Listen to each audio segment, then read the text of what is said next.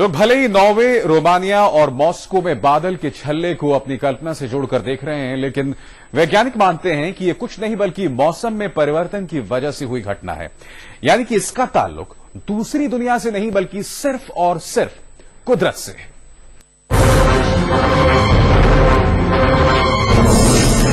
Norway के आसमान में रोशनी का गोला,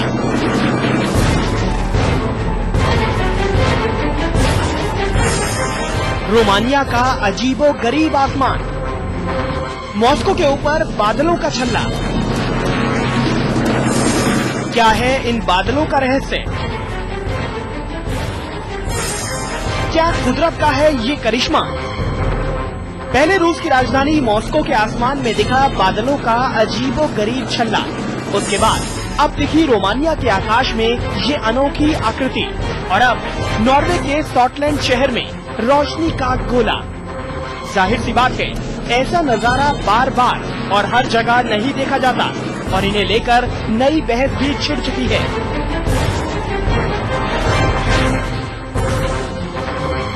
ऐसे लोगों की कमी नहीं जो इसे धरती से दूर किसी और ग्रह के निवासी यानी एलियंस की करतूत मान रहे हैं, और उनका ये दावा है कि आसमान में दिख रही ये आकृति एलियंस की सवारी यूएफओ है।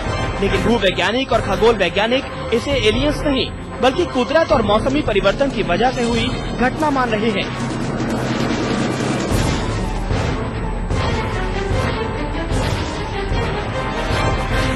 वैज्ञानिकों के मुताबिक बादलों की इस आकृति को फॉल्स स्ट्रीक होल कहते हैं। ये तभी बनता है जब हवा में मौजूद नमी का तापमान 0 से नीचे चला जाता है, लेकिन वो बर्फ में नहीं बदल पाता। हवा में मौजूद नमी का वो बेहद ठंडा हिस्सा बादलों के छल्ले में तब्दील हो जाता है और धरती की सतह से कुछ ऊंचाई पर आसमान में स्थापित हो जाता है।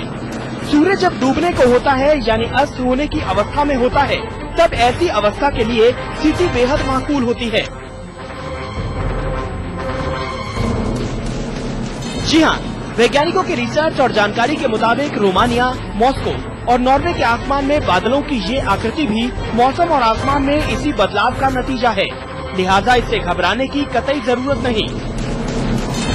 वैसे वैज्ञानिक अपनी ओर से इस रहस्य से पर्दा जरूर उठा रहे हैं, लेकिन लोग थोड़े बहुत हैरान भी हैं। आज तक ब्यूरो।